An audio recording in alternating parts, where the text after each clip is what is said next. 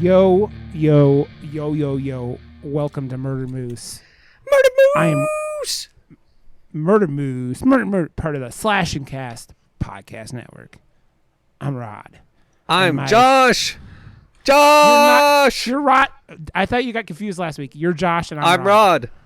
Or Wait. I'm Rod and you're Josh. I get confused which way we're going. Rod's always confused.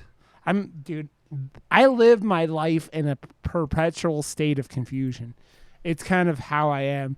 And you could talk for a second because I'm about to sneeze. I think by the end of the show, I might have a pick because we actually talked about it right before. But I'm like, oh, because I've watched, like we do every week, I have watched, honestly, I've watched like 3 or 4 different horror movies now, but I don't want to talk about them. So yeah. It's like, it's one of those things. I've been choosing a lot that I haven't seen because I'm excited to see it and I want to just like talk about it on the show. But like, I just recently watched Benny Loves You. Don't want to talk about that. I watched Flashback, which isn't really horror, and I was hoping it was. It's just really drugged out. So we can't talk about that because it's not horror at all. But it is like indie. But, there's like A Quiet Place 2. There's Jacob's... there's a... I just rewatched Uncle Peckerhead. I would love to talk about that, to be honest, but... If you want to talk about that next week, I'm down for talking about that. I haven't, again... We go back and forth, right? So it's like the whole But then there's Till Death that looks pretty cool as well. Megan Fox. Dude, yeah, that's supposed to be dope, dude. It's like the Stephen King movie where she fucks her husband and he has a heart attack and dies. It's kind of like that, but you combine it with Panic Room or some shit like that. The movie's supposed to be really good. I want to watch Till Death a lot. But then there's also Werewolves Within, which I really want to talk about. Dude, and then I love werewolf movies, man. Yeah, dude, we've been talking about a good werewolf movie. This one came out this year, and it has Sam Richardson in it, which I love his style of comedy. So I know it's going to be super funny as well. So I don't know, man. I got a few now that I'm excited to talk about. There's the Snow one too, right? The Snow something that's like a quote unquote werewolf movie, but I've heard it's not really a werewolf movie. But that's supposed to be pretty good too. But that came out. I don't know if that came out this year. That was at the end of last year or the beginning of this year. I'm not 100% sure, but yeah. There's also my buddy. I went out my old guitarist from my band. He's super metal. We used to call him Metal Matt. And I saw The Witch with him, and he was like, "Holy shit, that was the most metal movie I've ever seen." And then he's always in tune with the darker movies and stuff. And him and I were having a conversation. He's like, "What should I watch?" And then he's like, I don't overly. Again, one of those people that doesn't like the comedy infused. He's like, I'm not gonna watch fucking Psycho Gorman. I'm not into that shit. I'm just like, fuck, come on, man. And then he's like, well, you should watch Saint Maud. And I'm like, And it's an A24 film, so definitely up my alley as well. So there's a few on my list that I think are good indie picks for sure. Yeah, dude, you tell him about things that we've talked about. I mean, The Dark and Wicked is one that he would be up his alley. Anything for Jackson is another one that has no comedy at all. I mean, shit like sick. That. Shit like Old Boy, which is we talked about that. I Saw the Devil. I mean, just this shit that's completely not everything. I mean, but you know what he said though? He's like, well, what movie has a big name actor in it? And I was like, what? That makes it a good movie? And I'm just like, shut up! What are you talking about? Well, dude, tell him The Oak Room then. I mean, because that's gonna. I mean, I don't know if you call it. He's not a big name actor. There's also Vicious Fun that is from Black Fawn Distribution and just came out this year as well that I want to check out. I don't know how I'm going to get my hands on it, but it's their newest film that actually looks really good too. So you have connections everywhere, Josh? Well, I could reach out to them, so yeah, I could see what's up. I mean, anytime you want to go reach out and rub the taint of a movie studio or the writer director of Uncle Peckerhead follows me on Twitter too, so I could that's a really cool movie, man. So let's put it on the list. Yeah, it's from Edmonton. So I mean, Josh, I think at this point you gotta get one of these guys to come on the podcast. That'd be sick. Yes. go. I mean, I've been trying. Like we've been talking about getting like. My ultimate hope for this podcast is to get Scott Dickerson on this podcast, but Well, like this weekend I am filming the Calgary HorrorCon like thing, and for next year. But then when next year comes, all the like celebrities that come out, the closer I am with the Calgary HorrorCon, the closer I will get with these celebrities that might potentially like me enough to like say, "Hey, cool, yeah, I'll come on the show." Remember while you're blowing them to put a thumb up the ass, because it's like and say complete, murder moves. Yeah, you go murder more. It's a better way to do it. I'm gonna say this now because like Making we Gizmo never do it. fucking bark and everything. Gizmo's up there just losing his shit because like it started to rain right before we started recording. I love your shirt. Yeah, he's got the two gremlins on his shirt, which is awesome. But right before we started to record, it started raining real good, and my wife let the dogs out, and Gizmo was like, he looks like the most dejected dog in the world because he's like getting poured on. So now, then him and the other Frenchie, Ripley, named after Ellen Ripley from the Alien movies, are just beating the crap out of each other. Dude, but, I gotta say the Aliens, because I just watched the Tomorrow War or whatever, that really cheesy. It's super cheesy. It's like Amazon was like, you know what we're missing? A super cheesy Independence 4 style movie. Let's make it with Chris Pratt. And they did it. But the Aliens were fucking, I gotta say, they got him right. Like they got the the mouth, the teeth were like full on like monstery, and I liked the alien monster design. It was satisfying.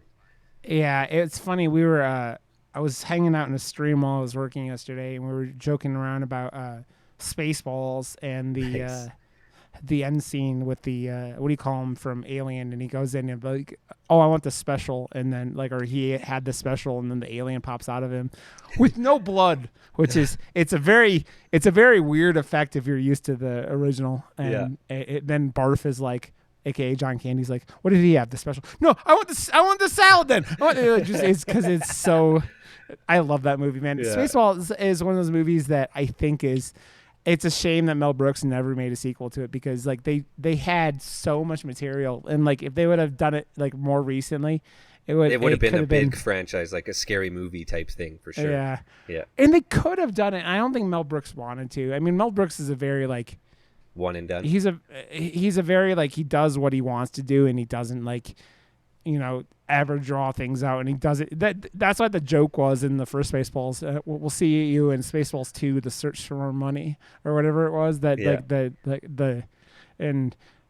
With all his, because he plays yogurt in it, which is their version of Yoda, and it's Jewish Yoda, really is what it is, and it's the funniest shit in the world. I love that movie. Well, my wife and I just rewatched 21 and 22 Jump Street, and she's like, man, they could have kept going. I was like, yeah, but that's the big joke at the end of the second one, is that they could have, and they all did the movie posters. in the movie posters and like the little trailer things they did. It was that's all they needed. It's funny. To do.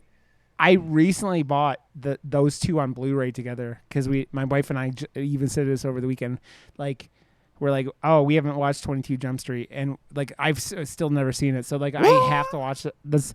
Dude, I can't be the only one. You have to be like, there's two. Don't you tell me you don't have Blu-rays or DVDs sitting around that you've never actually put in. They're not even opened, some of them. Yeah. Like, I was such a nasty collector that I would go and buy like 5 to 10 at a time, and a lot of them, to be honest, they're still in their plastic, and it's just like, I do everything just digitally now because it's convenient, and we have Chromecasts or Chromecast TVs and shit on all the TVs, and it's like, a physical copy? Ugh.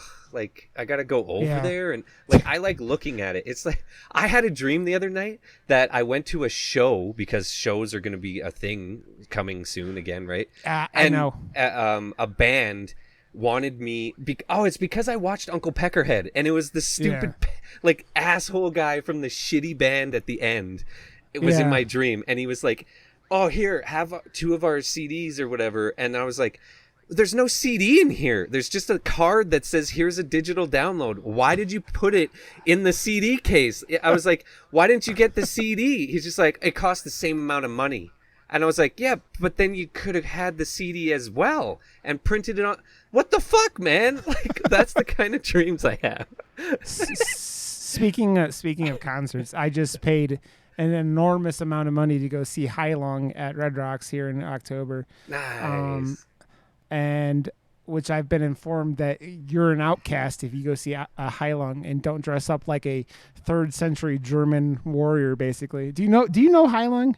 Isn't it like the Highlander stuff or whatever? I don't know. It's very like tribal, like it's like 3 European dudes or 3 Europeans. I think one of them is a tattoo artist and whatever, but they sing in like old school German and Latin and English, and all their instruments are made out of like human bone and shit like that. Holy and shit! It's just like, yeah, it's the most metal. It's the most metal thing you'll ever like Norwegian like crazy death. They're like, oh, and they have giant like fucking like horns and shit like that made out of bone, and oh my god, dude, I gotta hear like, this. It's like right out of Braveheart. It's very, very like, you're like, it's like you would pump this shit out before like a UFC fight or something like that. Like you're going to get into a street fight and you would listen to the shit out of Long. We have to bring up too that these movies, Fear Street, are happening. I doubt we're gonna cover them. We'll probably do like a little recap thing. Like, did you watch the first one yet? Yeah, I watched. Yes, I did, and Fucking it was like I think it's exactly what I wanted. It's a new slasher. It's got a great cast, and again, like a whole bunch of people. I think each season or each episode or whatever is going to have a new person from Stranger Things be in it, or a cameo at least. Because this one had Uma Thurman's daughter in it, and then the next season has one of the other cast members from Stranger Things. So I watched that movie and I'm like, holy fuck, this is so like. It's set in 1994, but all I could think of was 1996 because the music in it wasn't big until about 1996. But I was into all that music. They killed it with the soundtrack of that. Bush and everything. That was like when. Oh yeah, 97. I went to Edgefest 97, and Bush and Our Lady of Peace and Silverchair were like the headliners. Yeah. Yeah, dude. But all that music felt like that, and then there were that movie really started off with Scream. That movie had Scream vibes the whole time, right? And I like loved it so much. Yeah, it's that. And I don't know about you, but it reminded me of. It gave me vibes of the My Bloody Valentine 3D remake because of the grocery store setting, which is a pretty big sequence in that remake with Jensen Ackles and shit like that. But man, R.L. Stine, seeing it hard R, like when you see a stab in normal slasher films, you see it. Yeah. But this one showed it and then went all the way in, like it was gory and then piled the gore on top, and I was really impressed with. I wasn't sure, man. I wasn't sure what they were going to do, and they fucked around too, man. They like something I was convinced they weren't going to do. They killed characters I was convinced they were going to kill. Yes. And they were like, it was this weird like thing because it was like it had that vibe of, and I'm not saying this in a bad way. It had this weird vibe because it felt like. It kind of felt like what I still haven't watched it, but what Scary Stories to Tell in the Dark kind of had that vibe where it's like made for like kids under 17, but like also I don't know, that one kind of treaded the line of PG-13 a lot more than I wanted it to. Like it was a little more accessible than this was. Yeah, but it was still good. And that's what I'm saying. It was like what I had heard the complaints about that movie. Mm-hmm. Like, and then they went, oh, okay, that pissed people off. Okay, we're gonna go do this, and we're gonna be like, no, we're fucking putting women's heads in fucking bread cutters and shit. That was so awesome. It's one of the most metal fucking things I think. Like we talk about, it's just like one you didn't. I kept waiting for the fucking little brother kid to save the day. Save the day. Josh. And nope. Chunk. His name was Josh, and he was rad.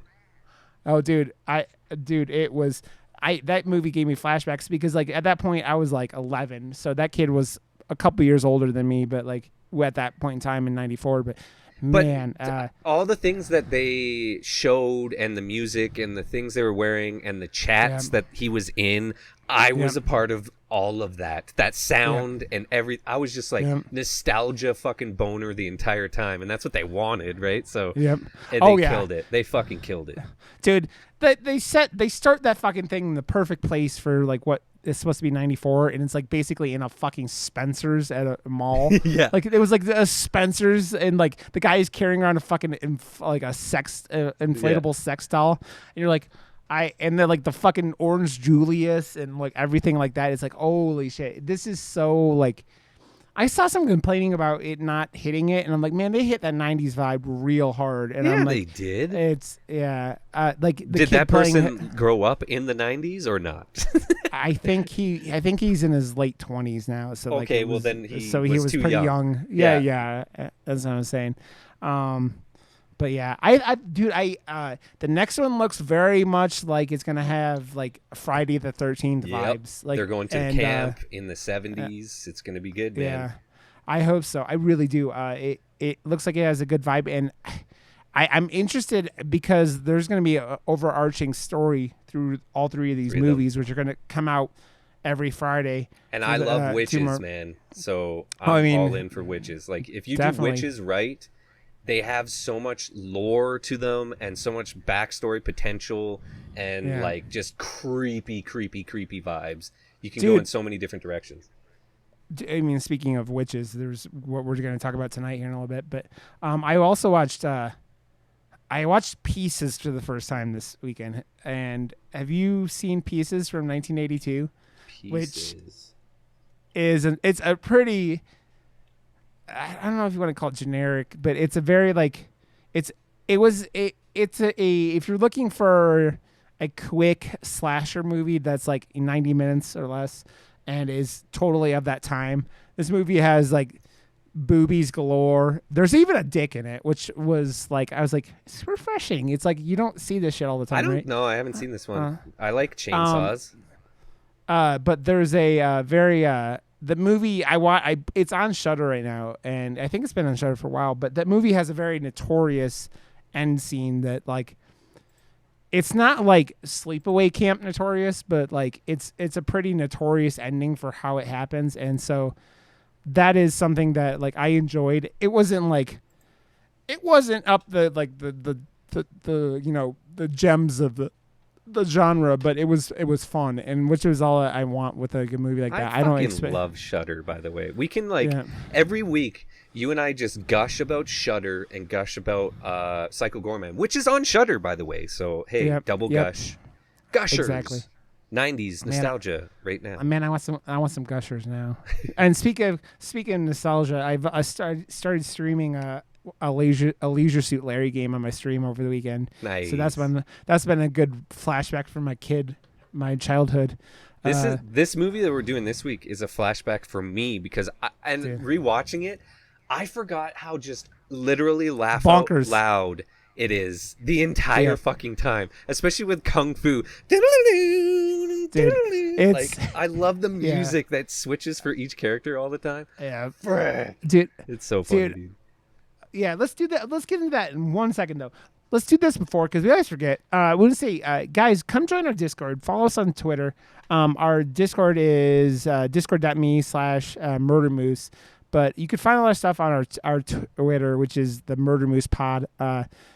Leave us a 5-star review on iTunes, wherever you're listening, whatever platform, and send us an email at murdermoosepodcast@gmail.com if you want to talk about something. Do you want to do? Okay, so I just concluded giveaway for like WRB Media, my side company and stuff, and it coincides with like my Josh WRB thing and whatever. So I just make it so to enter, you follow me on Twitter or go to my Discord, follow the Discord, that type of stuff. So if you want to come together and actually do like a Murder Moose like giveaway or something, we can like get a whole bunch more people into the Discord and stuff. Let's figure that out over between now and next week, and we'll figure out the details. And if you have any suggestions, come join the Discord or message us on Twitter.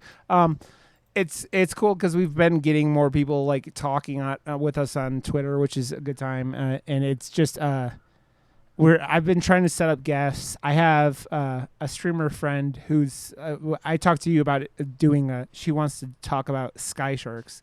Yes, right. And she is, because her community is called the Space Sharks, so she's really into space stuff and sharks.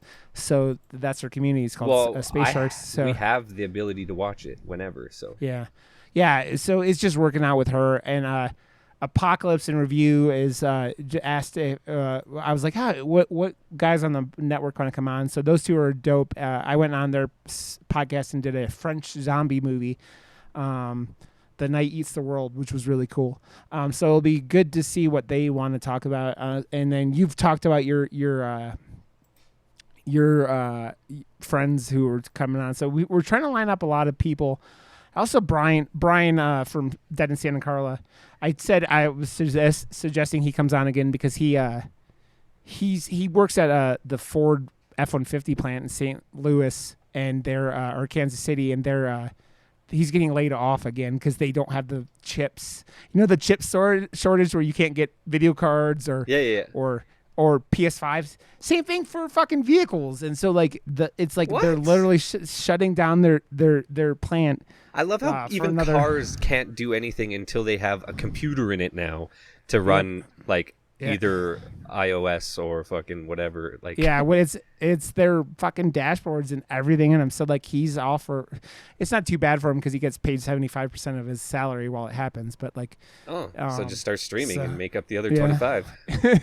Yeah. So he might come on too. So we have a lot of cool things coming up, hopefully, and then dude, we're like.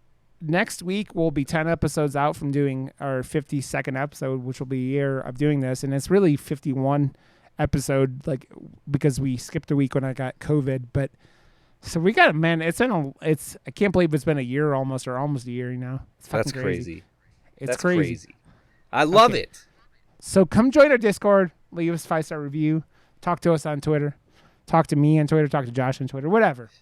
And then you could talk about crazy movies. I'm off and on, right? Like I am been so fucking busy with work and everything. And daughter's birthday, my mom just left. We just had her birthday. I made some smash burgers and fries, and then had a cake and everything. So like, I think this is when it starts to hopefully wind down a bit, and then get a little more time. Let's go. Yeah, man. It's I just want to watch cool horror and talk to cool people like my buddy Josh here and have fun. So, Josh, we are talking today. It's funny where I watched this movie, by the way. This movie is currently streaming on HBO from the Criterion Collection. Like, that's how, like, my wife kept coming in at random points in this movie, and this movie is hard to watch, like, and know what's going on while sitting and watching it, let alone coming in and out of the room. It's trippy as hell. Yeah. It's trippy as fuck. So we are watching 1977's House, Hausa. Hausu is the Japanese title. Yeah. But or the beginning of the movie where the O goes and spits out an eyeball. It's so good. Yeah. You want to read the synopsis? I don't know why, but you want to read this? Yeah. A schoolgirl and 6 of her classmates travel to her aunt's country home, which turns out to be haunted. Yes, it's so good. It's funny because HBO has this listed as a comedy, and I'm like, well, generally, like, it is especially a comedy. The first half an hour, 45 minutes, it's way more like, I mean. It goes out through it, man. I feel like this movie kind of might have have inspired. They're like, okay, because of when it was made, this is one of the first movies to do a lot of the like things that it did in the movie. Yeah, like not a lot of movies had done blue screen. Like techniques, and like there's an overabundance of in-camera techniques that are just like piled on top of each other. It's almost like they were just seeing what they could accomplish, and it made no sense to the movie whatsoever. It didn't need to be there, a lot of them, but it was like, look what we accomplished. Like, oh, dude, that fucking skeleton that kept appearing in the background dancing. It was like, and it's like, man, I don't understand. Like, I literally, you're not supposed to understand.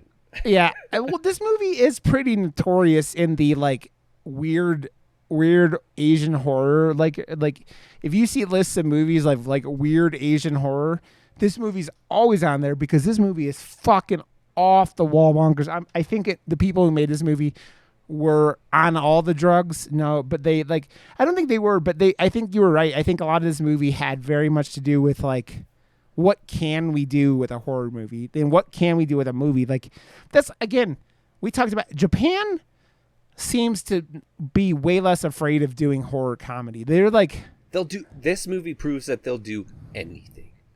Yeah, if they think it's interesting and they have like urge to do something.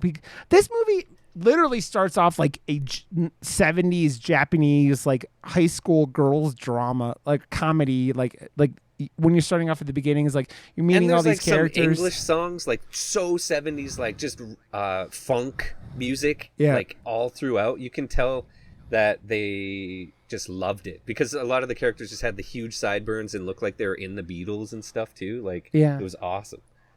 Dude, yeah, they I told you, I messaged you while I'm watching it. I'm like, this fucker, this watermelon salesman is best character in this movie. And I don't know if like, I don't even I love when he turns into a skeleton and then the other guy gets so scared he turns into a pile of bananas.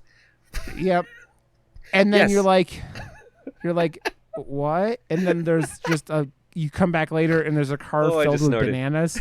And you're like, I mean, oh no, there's a reason, Josh. This movie is why. There is a reason, and it's called House. It's funny because I thought I saw House, the Sean S. Cunningham movie. That movie, by the way, I fucking love that movie. It's fantastic, and I could talk about that dude's sweater for an hour and a half just because it's one of the most epic things ever. But that's the first House movie I saw, and then me too. Back when Cuff brought this, like I was saying last week, to like they brought the original print or something to a tiny theater in my city, and I thought it was the other House, and that we were going to go and see that, and then we saw this, and I was so happy we saw this because it's this, like, holy crap, dude. I literally messaged, I think it was Brian from Dead at Santa Carla. I text messaged him or something, and I'm like, after I watched that movie, and I'm like, did they do all the cocaine that they had? Like, were they like having Scarface piles of cocaine? And the fucked up part about that is that movie isn't even as trippy as this movie. Like, this movie is actually significantly trippier just because it like when the ant breaks the fourth wall and like smirks at you and stuff too. Like, yeah. I think I need to watch this movie again because one, I was in like weirdly tired. Like I fell asleep for like 3 seconds at the beginning of it. And then I love that the poster with the cat, like with that is at the end of the movie, like that. Like that's iconic to me now. Well, dude, the cat is like, am I crazy? So that girl brings a cat to the fucking house and then like throws the cat out like when they get there, and then like no one ever mentions her missing cat, which I think was the same cat that her aunt had. Like, yeah, she like brought her aunt's cat home essentially because she found the cat, so the cat found her. And then went home with her. So confused by what was happening with so much of this. That's why I said I may need to watch this movie again. It is so confusing. That like, and even after watching it twice, I think I'm caught on to a few more things, but there's a lot of things that don't even really overly tie together. And the things that do tie together are very loosely tied together, and there's like random scenes that have nothing to do with anything put in between. Like that clock that's just like oozing and bleeding and stuff. Like, that's the type of like tie-in scenes they have to like explain shit. Like it's just weird So shit. the one girl character, her dad brings home this new woman he's gonna marry. And like then the daughter gets all pissed off, and that like she was gonna go somewhere with them for the weekend, and then like all of a sudden she's on this trip with her other 6 friends that like she wasn't gonna go on this trip with because she was gonna go with her dad. And I'm like, but like, why like? But they don't explain that like, oh, she decided screw this, I'm going with my friends instead. Like, don't explain it. Yeah, they did. Why? She wrote. did they? She wrote her aunt a letter, and that was the whole thing. Please write me back. And that's when the cat comes with the letter. Oh, I must have that must have been like the 3 seconds I fell asleep for when the it. cat came, and then she's like, "Oh wait, there's a cat and a letter. Oh, it's from my aunt." And she said, "I've been waiting for you. Please come and visit me." Yeah. That's it. That was the whole thing. And she's so pissed off at her dad. And I gotta say, that random seagull sound that happens throughout the movie randomly when it shouldn't too is the fucking best. There's no they're not by an ocean, they're not They by use a the lake, same they're sound. not- yeah. Well, dude, they fucking like I swear to God, there were like Wilhelm noises in the background of this movie or something, man. It's just like you just hear random it's Wilhelm that same screams. song over and over and over, and then it overlaps with another song randomly, and then it's louder than it.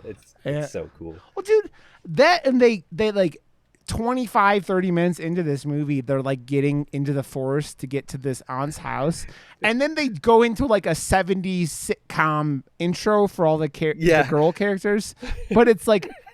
And they all have these really generic names, like one's Kung Fu and like Fantasy, Mac, Melody, Sweet. Yeah, Melody played good piano. Yeah, she was the melody of the movie. And then there's Gorgeous was the one. It was the gorgeous one. Yeah, and then you're like, oh, okay, and Mac was the bigger one that was always hungry, so they named her after a Big Mac. But she wasn't fat or anything. She wasn't fat at all. She just ate all the time in the movie. She was, and she ate the girl's butt after she was just ahead. She like flies and bites the butt. That was the best. That scene is, I think, probably the most notorious scene in this movie. Yeah. Either that or the piano. When the piano eats her and then the fingers are playing the same song. I think, like, whenever anyone asks me about this movie, all I remember is the flying head out of the well and then biting that chick on the butt because it's just so funny. Yeah, it's the first scene in the movie where it really gets supernatural. Yeah, and you're like, what? And I'm like, I kind of wanted more crazy stuff like that because it's like this movie sets all this stuff up and these characters start disappearing, and then like.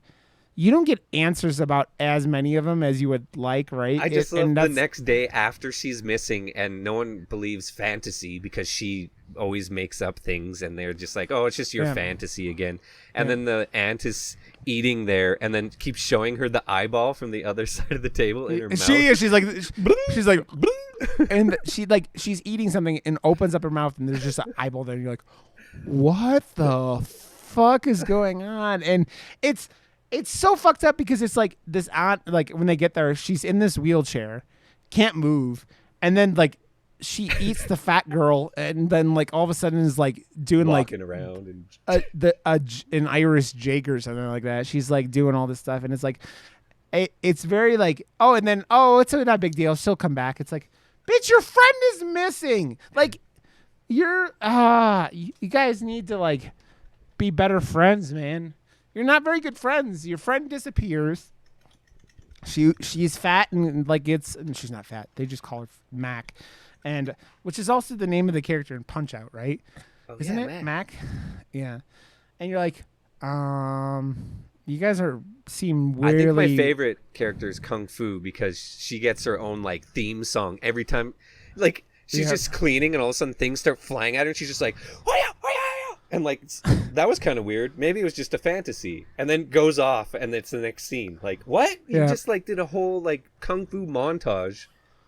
Yeah, the weird shit's like happening, and nobody's like, it's like, like in television shows or like that have like sometimes they break out into music numbers, but it's not ever treated like it's a weird thing in their Yeah, universe. Like it's like musicals I think of and stuff. yeah, but like I'm thinking more of like in television shows that it's like like I think of like Buffy the Vampire Slayer has a musical episode where it's just like, or The Flash. I think it's just stuff like that where it's like shows that aren't musicals, and then all of a sudden they have an episode where they break out into the song and dance out of nowhere, and you're like, that's a little odd. And I'm like, fuck, man. Like shit, like the guys who make Bob's Burgers are in love with musicals because there's so many music numbers on that show, and you're like, okay, these guys really in stuff like South Park, like those guys love musicals, and you go. Because I mean, you think about it. Think of like a Book of Mormon and shit like that, and you go, they've made Tony Award-winning actual musicals and stuff. So yeah. And this movie kind of felt like that kind of vibe where it was like, oh, we're just gonna break out into song and dance, but they didn't break out. Like, yeah, it's like they broke out into kung fu fights, and then and man, also. You have a character named Professor, they call her, because I think it's because she has glasses, right? And like, she's like supposed to be the smart just one. Stereotypes. They're just stereotype names. You're like, okay. And she, like, doesn't help at all. Like, I don't know. Like, man, I would be like looking in the library or some shit or whatever. Like, but also, how is this aunt, like, we'll go, like, you talk about it later on. The aunt is really dead and is like, for somehow she's like basically haunting this mansion, right? Like, and somehow eats the teenagers. Like, she ate all the virgins in the village. So here's a like, this is reverse like American movies where virgins are safe. No, man, if you're a virgin in this, you're gonna be eaten alive. Don't get piano lessons from that aunt. Yeah, she will. That piano's nasty, man. Fucking. I like how she's like. The harmony was like, I don't want to play piano. They're like, play piano, and then like her hands getting eaten and shit like that. And the piano eats her fingers, and she's not all that concerned about it. And then like it eats her arm, and then she's like, oh fuck, this shit isn't fucking. Bitch, you're missing. I know, she was like smiling at her stubby hands with only four fingers left. She's like, oh, it's not that big of a deal. And then like, I can still play a couple notes. Dude, the thing about this movie with blood is it doesn't really have blood, but it does that like, I don't even know how to describe it. It's like an overlay or like. They did a lot of like, forced overlays and like two shots and then. Yeah. They did a variety of things because this movie is really hard to tell like in like a continuity wise like story because it really doesn't have that much story, but like they really do a lot of too. Yeah, it's like 90 minutes again. They put a lot of things on top of things. Like they put heads on top of like the head is floating as you talk about, and the scene every time that someone pops up to the mansion, it's like you talk about the blue screen, and you couldn't like it's like someone with $100 webcam can have less bluing. Than these but they're guys like the had first film to ever do something like that, essentially, right? So, I didn't know it was like. Were they that high up on the list of like that was them groundbreaking special effects with this? Then, yeah, man. So like, but this movie has made an impact, like it because it's like I said, I watched that in the Criterion Collection. Criterion Collection, if you don't know, like puts like. Important movies in its collection, right? It puts like things like Schindler's List and shit like on it. Like that's the kind of shit that go into the Criterion Collection, like important movies. And this movie's on there because it is important. And I think it made a like I don't know how many Japanese horror movies had been brought over here before this point. Like I feel like it's like at this point, it was mostly like fucking like kung fu movies and shit like that, right? Like kung fu movies and like samurai movies and shit were pretty popular. It was like the guy who did Seven Samurai left a pretty big effect because like if you don't know, George Lucas took the idea for Star Wars basically from was it Seven Samurai or like and turned it into a. That was his Star Wars his pitch to studios. Yeah. It's a Western in space Western. Yeah. But he took. I love George Lucas for what he did, but George Lucas didn't like. Not many of his ideas were. I mean, it's hard. Like we talk about it all the time, but like he didn't come up with many ideas himself, but he did like he kind of did what Quentin Tarantino did, but not as well, right? Like he took a bunch of ideas, but he made Star Wars. I don't know. I could say not as well, but yeah. And this movie came out the same year as I Star think Wars, right? George Lucas has 77. made bigger franchises than Quentin Tarantino. Yeah, this is true. I mean, but Quentin Tarantino, one, doesn't make franchises. No. And two doesn't make PG-13 movies that can make a bajillion dollars, right? So, yeah. Fair enough. Fair enough. What's this movie caveat? I keep seeing this weird bunny. I don't know. Have you heard anything about it? I'm so ADD. I'm not even talking about the movie we're talking about anymore, but this weird fucking bunny just looks weird. I don't know if you've heard anything about it. No, I have no idea what you're talking about. Okay, no never idea. mind. I also, the cover for this movie, you're talking about the cat. They also had the version where it's just the house and the fucking tongues coming out. The artwork for all the artwork for this movie seems pretty fucking cool, right? Like it's that the cat. It's very monocolored. Yeah. But like the one I'm looking on, that's on IMDb doesn't even have the cat. It's the house. Yeah, like that stupid teeth. poster. Like, oh Yeah. no, not that one. That's from the Criterion Correct. The one that I am most used to is the like really bad one. If you keep going through the pictures, the one that has like all the characters on the bottom, like that's the one that I've seen the most. Yeah, this is another movie that it makes me laugh. Where like they take a woman that obviously isn't that old, and then like they put a gray wig on her and like, okay, you're old. I'm like, she looks almost the same age as like the girls in the movie, just like maybe a tiny bit older. I swear, is she the fucking? She's like gorgeous. Like the end is she's like played by gorgeous, like the same actor that was like her whatever. But also another pretty iconic fucking thing in this movie, and I don't know like a scene that like as I'm looking through the images, the fucking scene with the cat painted on the wall. Yes. And it's like spitting blood. Yeah, it fills the house up, and then like maybe they should like put this movie in a time capsule and then put it back to like 1917 and show this to Jack and what do you call her before they go on the Titanic, because the two girls get on a door as the house floods with blood, and people those are fit just on the the mats door. on the floor because they're in a Japanese village house. So they just had the mats on the floor. So then the mats start breaking apart, and then they're just on one. Yeah, but the scenery when they have this white cat on the wall just like shooting blood out like a fucking fountain is pretty fucking crazy. Like it's cool, man.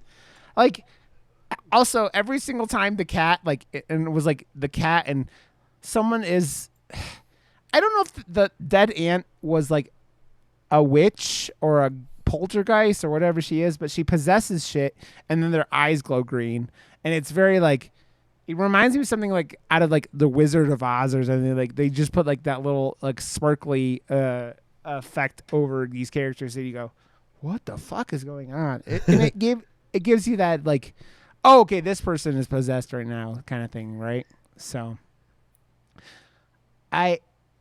in this, like they end up figuring out at the end that they're all there's 7 of these girls, and they don't really even freak out until they're down to 4 of them. So 3 of these bitches disappear before they like. Maybe we should be concerned. You sent one of your girls out and she just disappears going into the fucking like night. It's like, how you guys are? I know you're like high schoolers, but you should be smarter than this shit, man. You're just like it.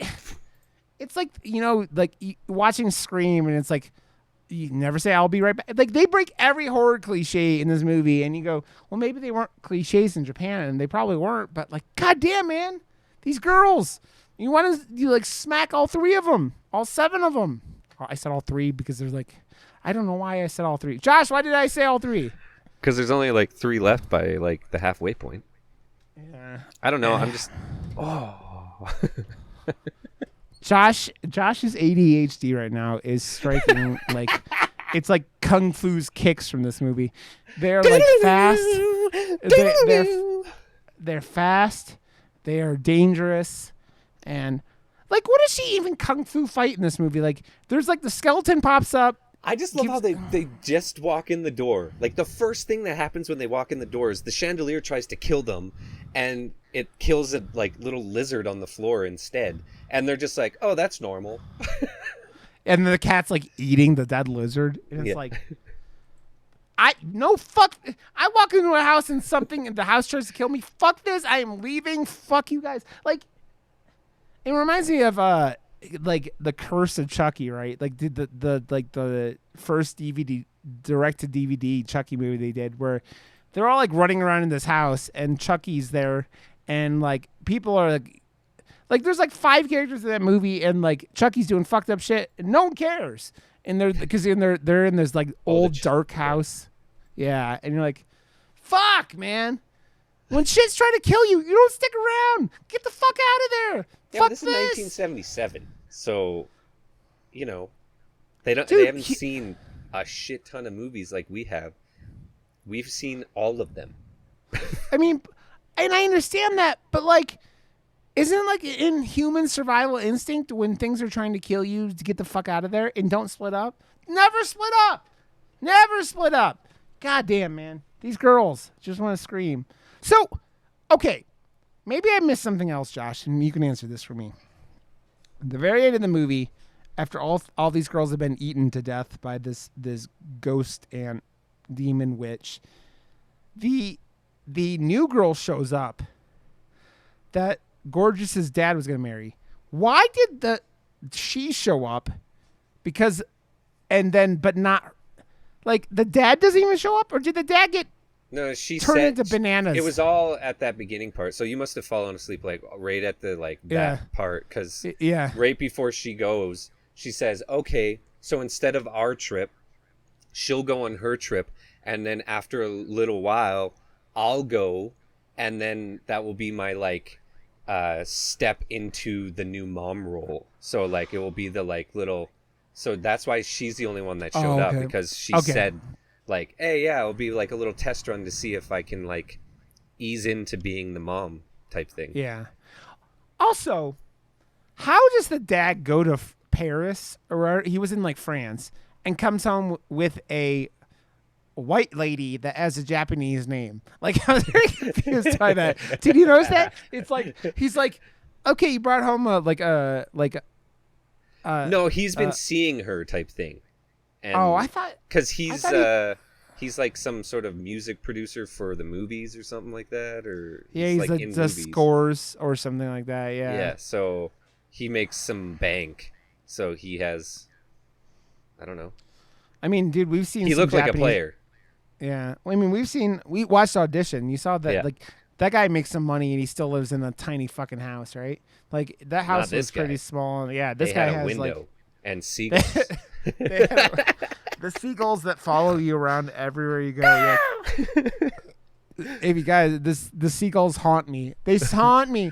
They haunt me. They entice me.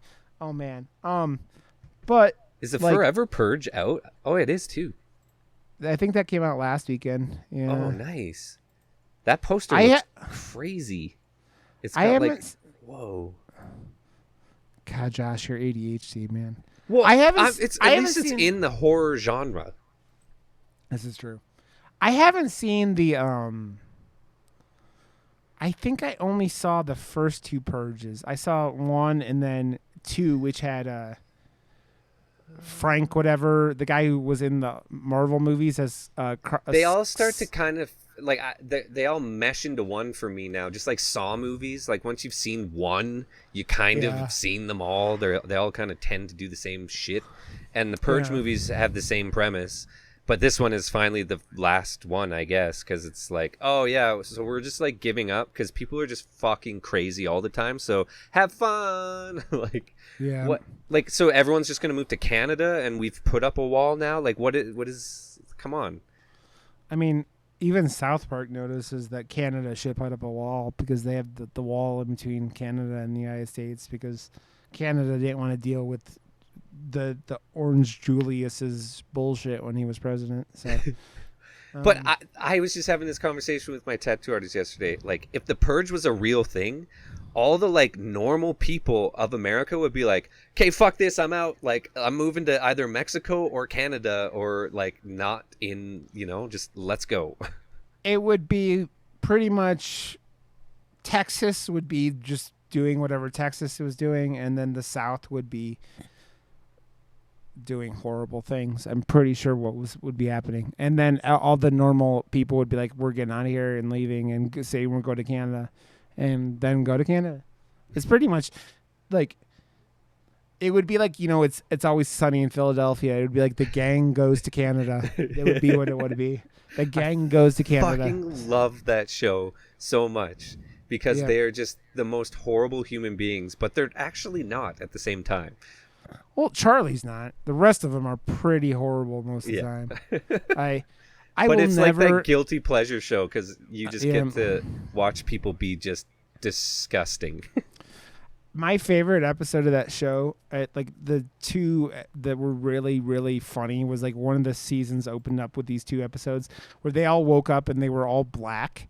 And like out of nowhere, it was the weirdest shit in the world because and then they're like learning all these life lessons about being black. And then the next episode they go to a water park and Dennis tells everyone he has AIDS or something like that. And it was those two episodes were like, I laughed so fucking hard. That and the exercise bike with the dildo. Do you know what I'm talking about? Yeah. Where it's Mac and the running joke on It's Always Sunny is that Mac is gay and doesn't realize it, and like so he makes this exercise bike with a dildo that pops out, and he says it so that you like won't sit down, but let's be real, it's just gonna fuck you in the butt, which is cool, but Mac doesn't realize he's gay, so there it is. It's such a good show. And he's really so ripped now. I love how he came to the producers of the show one year and was just like, yeah, I'm just going to be like really fat and I think that's going to be really funny. And then he got really fat. And then the next season he's like, yeah, now I'm just going to get really jacked and I think that's going to be funny too. And they're like, okay. And then he got insanely jacked. Like, it's just funny. Yep, it is indeed. As I go through It's really hard because this movie doesn't have a very much of a overarching like storyline. I think it's funny. We talk about that. I think my favorite scene in the whole movie is the head coming out of the well. Like, so this aunt lady doesn't have like her refrigerator's broken for some reason, and so like she just puts food in the well. Like, I guess that's a thing that they used to do. Yeah, and so they picked up this watermelon from this fat anime-looking dude at the beginning, and when they got there, for some reason, her house has like a watermelon salesman like buy it when no one else is around, and so they get a watermelon, or Mac, the girl who likes to eat, gets a watermelon, and they put it down this well to keep it cool, and then they go to get it, and the head comes out. And it's the effect is pretty fucking dope. You're talking about like blue screen and shit. And I think they probably just like had this girl running around in a blue outfit, and then for sure. Yeah, and she bites the other character's ass, and you're like, oh my god, this movie just got insane, and I fucking love it. Because it was really like a drama. It's a drama comedy at this point, and then it's like it goes to comedy horror. But like it's stuff like that. Like you talk about the fucking the old piano that the one girl plays, and they do that thing where they're doing that overlay that we were talking about, where like it was like red things, like there was like red dots everywhere, and then like the fucking whole piano goes red, and then the fucking like piano like eats her fingers, like we were talking about, eats her arm, and then like just pulls the rest of this girl in, and it looks like it's filling up with blood, but it's not filling up with blood. It's like this red overlay that they're doing, and it's like it is wacky, man.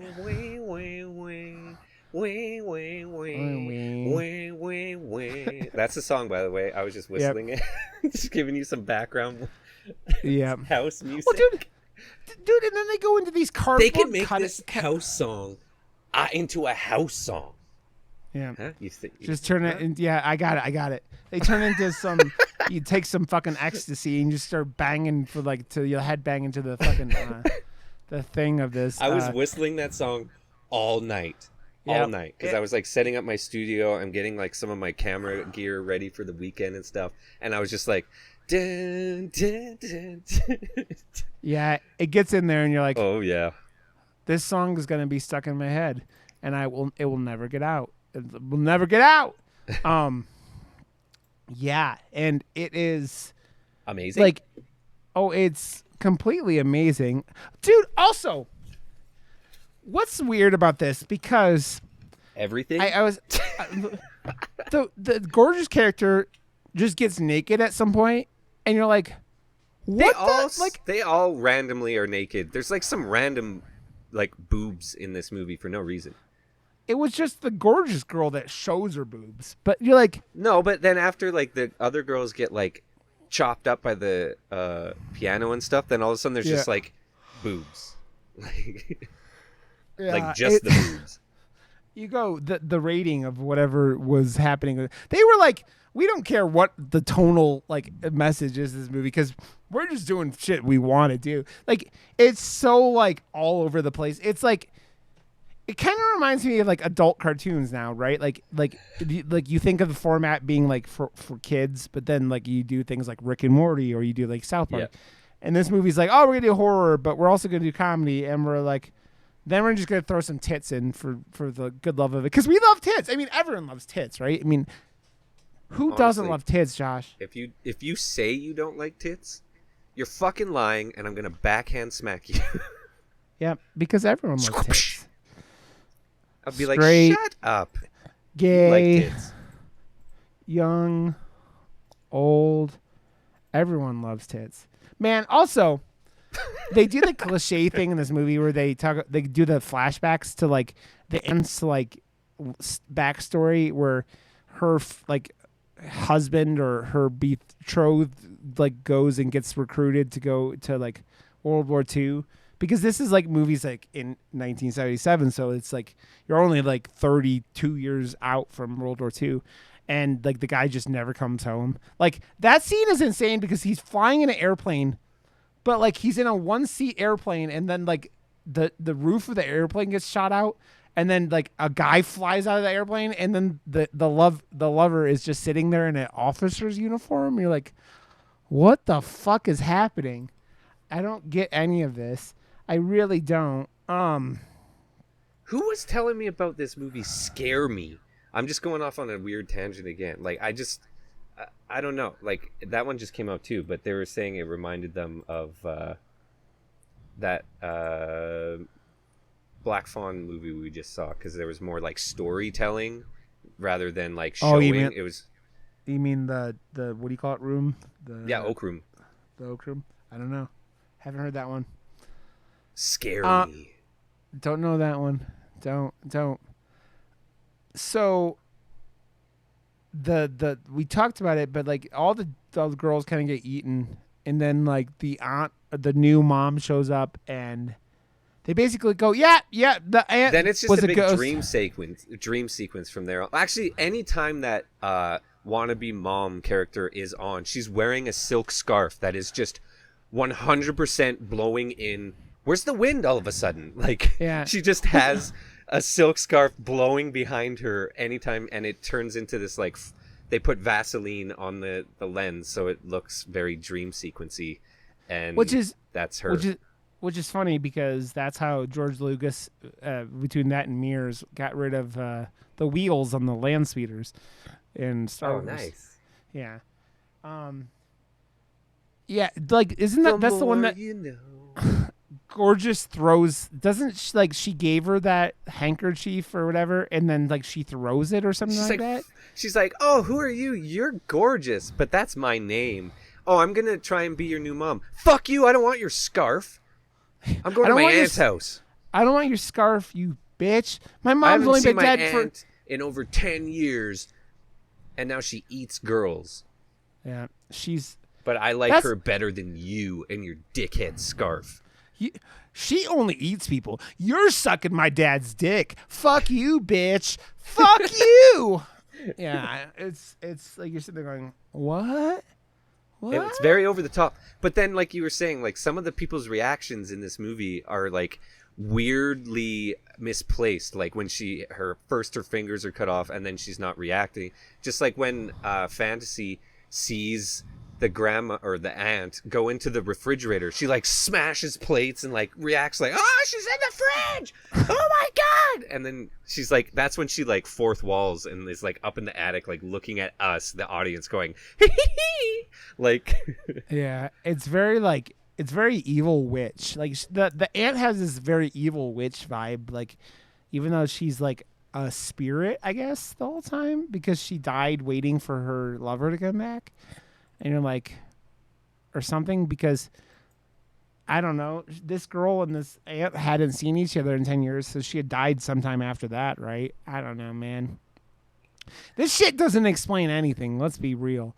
Josh, I'm so torn. I'm torn of what I want to. I'm sorry. That's what I'm so like. I'm torn right now between what I want to pick for next week. It's in between two movies. I might actually have to get a coin here. I mean, we have lots of weeks, Josh. And then I'll pick another crazy Japanese movie for us in 2 weeks, and we'll be okay. We got to go down like to Russia or something next. Like after we get done with Japan, we should go to like Russia and like go down a Rolodex of Russia or something. I mean, there's Russia. Like all I could think of, like, I'm sure like once we start looking into it, there's just going to be like a shit ton. Like we're really good at Korean and Japanese movies now. Yeah. Like we have like, but I think I was always more well versed in like the more Asian countries when it came to horror, regardless of like. And then when you started showing me ones from like South Africa and like just Africa in general and stuff, I was like, oh shit, like that's cool. Like this is way different to me. Yeah.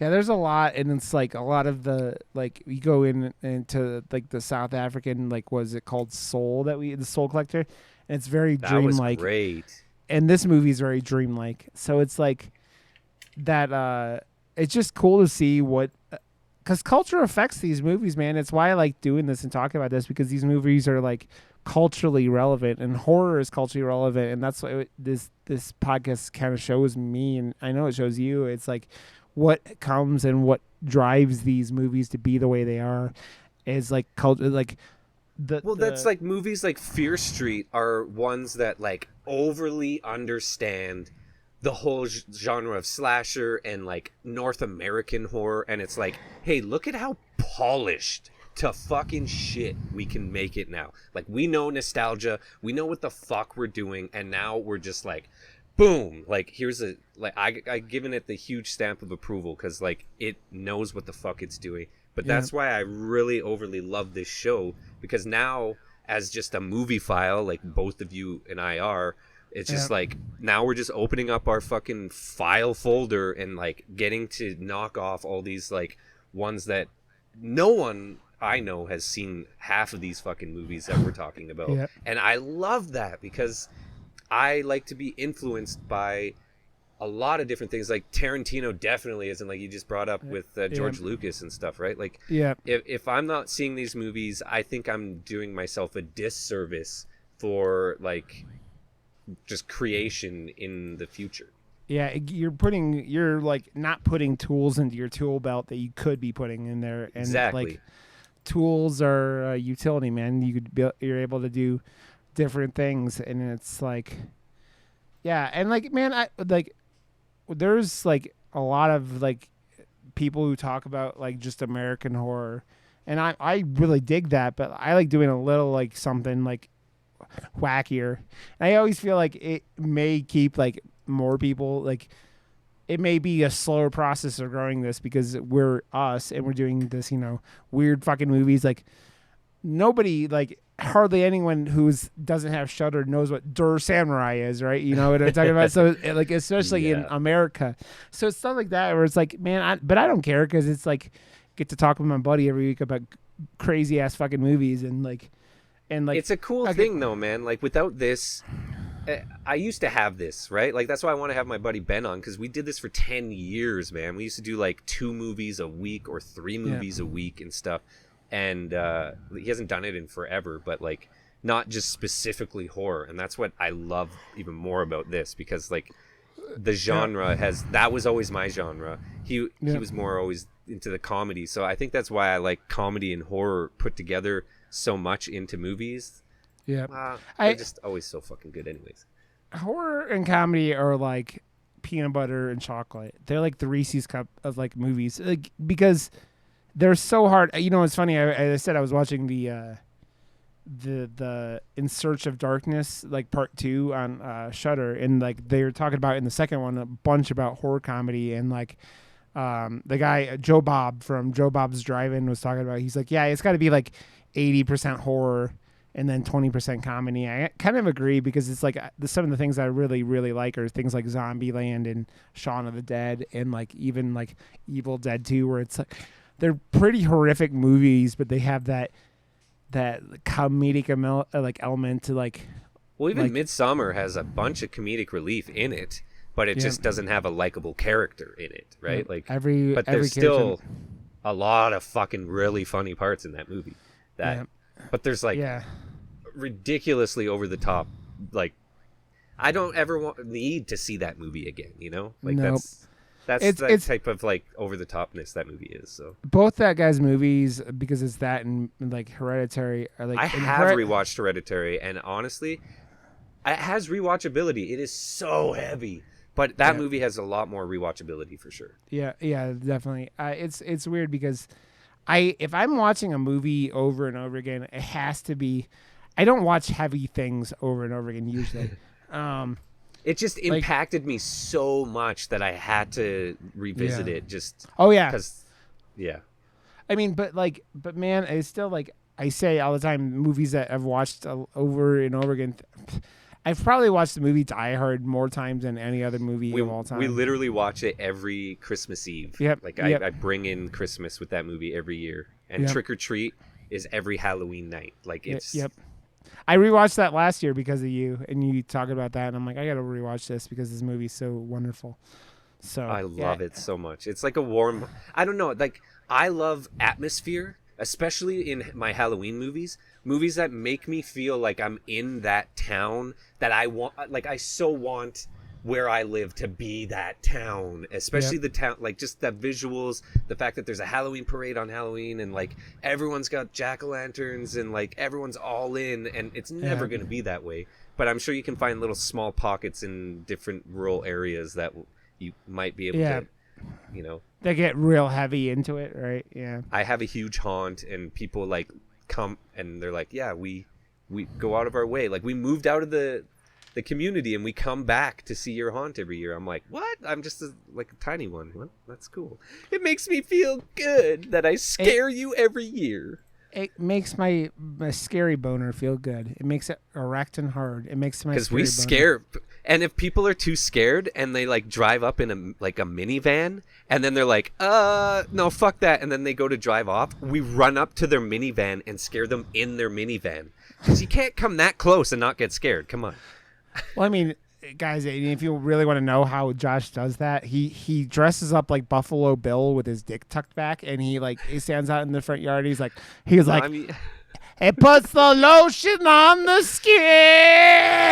No, the last 2 years I was Michael Myers, and the 2 years before that I was Freddy Krueger. So and then Josh goes, and my wife is always goodbye horses.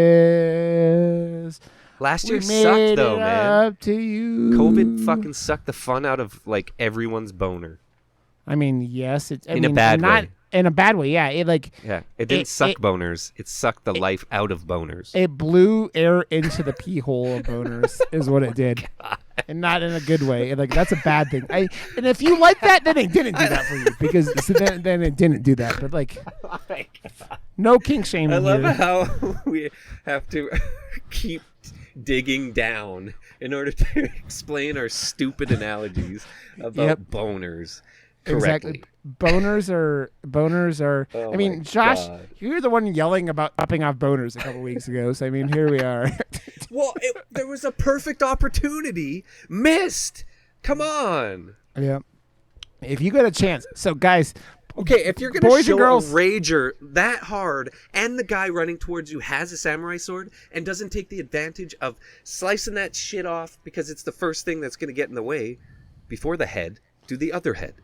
yeah, Come on, exactly. it's just common sense. Double decapitation. Double KO. So, Oh my God, so this show fucking rules. By the way, yes, it does. So listen to it and tell all your friends, But House is a fucking ride, man. And if you are if you're a casual cinema fan, you might sit down and watch this movie and go, I don't know what the fuck these idiots are talking about. why did you tell me to watch? Okay, this will be another one. But I had a friend that was totally not into indie horror or horror overly that off, or especially not indie. But he asked me like, oh, because he was over at my place. Like, this is a while ago. But he's like, what should I borrow from you? And I gave him Dead and Breakfast. It's like a movie from 2004. It's got Bill from Kill Bill in it, some dude from like Clueless, and just like a random cast. But it's like a zombie movie mixed with like this rockabilly band that like tells the narrative in between, and it's like comedy and shit. It turns into like a zombie musical and stuff. Yeah. And he's like, what the fuck did you just make me watch, man? Like, that, literally, those were his words. And I'm like, I feel like I always tell people to watch movies that I'm so stoked on. And this will be one of them that people will be like, dude, what the fuck did you just make me watch? Dude, I have, for a good 5-year period, I told, I think, 1,000 people to watch Old Boy. I was like, watch Old Boy. Watch Old Boy. Watch Old Boy. Watch Old Boy. Oh, it's so good, though. And then I gave my friend Brian my copy, and I've never seen it again. And it makes me a sad panda because you can't even buy that movie anymore. And I'm a sad panda. So Josh. What a dick. What a penis. What a penis wrinkle. A wrinkle of penises. Whoa. Those are scary eyes. Josh, I have to ask. We both say go watch this movie, so. But, 100%. Like, but it's on the Criterion Collection. You can get it on HBO right now. Fucking find it. It's got a wicked poster if you get the right one, the one with the cat. Like, dude, we had the censor movie retweeting your hell yeah. picture. Did you see that? Yeah, dude. Josh made a dope censor poster. And no, I didn't make that. That was I told you about that one. Okay. Yeah, I was like, dude, this has a wicked like alt poster already made for it. So I thought you made that. I'm like, I wish I could take credit for that because it is dope as hell. But no, I'm gonna just take credit for that right now. I made this dope. That was Josh. Everyone. It was just me, and disregard. It's really good. No, I don't have time right now, man. I wish I did. Disregard anything I just said. Josh didn't make anything. Yep. Okay, so next week we're gonna see a werewolf movie called Werewolves Within because it's comedy and horror, and what's his name? Who's in it? Sam Richardson was just in the Tomorrow Wars as well, and he brought some really good comic relief to that movie as well. So was that the black guy? The lead. Yeah, he's the lead in this. So dude, I'm it's super funny. Stoked to see it.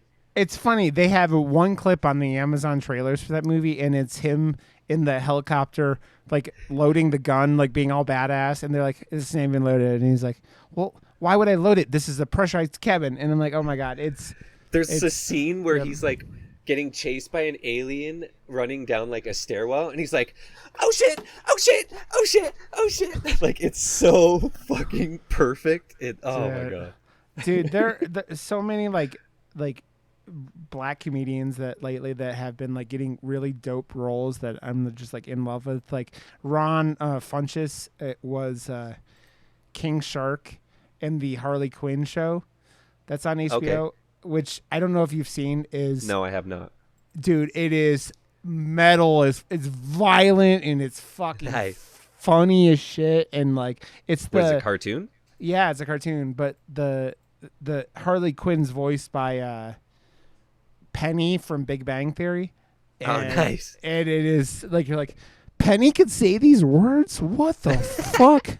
But yeah, okay, cool, man. So it's werewolf. What's it called? Werewolf what? Werewolves Within. Dude, I'm very, very stoked for this because You've been talking shit tons about werewolf movies, and I was like, "There's a new werewolf movie that just came out. We have to fucking talk about it, dude." And guess what we're doing? We're fucking talking about it. I'm gonna have to get Brian to come talk with us about us because he came and did one of the weeks he missed. We did The Howling, which is fucking dope in metal if you haven't seen it. So okay, Werewolf Within next week is your homework. We love you all. Thank you for listening to this shit show where we talked about lots of things, including penises and I interrupted him heads. with a whole bunch of random ass. Did you know about this movie? I went with it, man. I went with it as I could. So Josh, I love your face. We're within next week, so I will see you soon, my dude. And thanks for listening, everybody. I said it before, but say it again. Give us a 5-star review. Go to our join our Discord. Follow us on Twitter. All these things can be found on murdermoose.com. So, everybody, have a good week, and we'll see you next week. And we love you. Insert moose noises. Woo! Oh, that's probably at the beginning. Who knows? It's probably happened. Okay. Bye! Bye!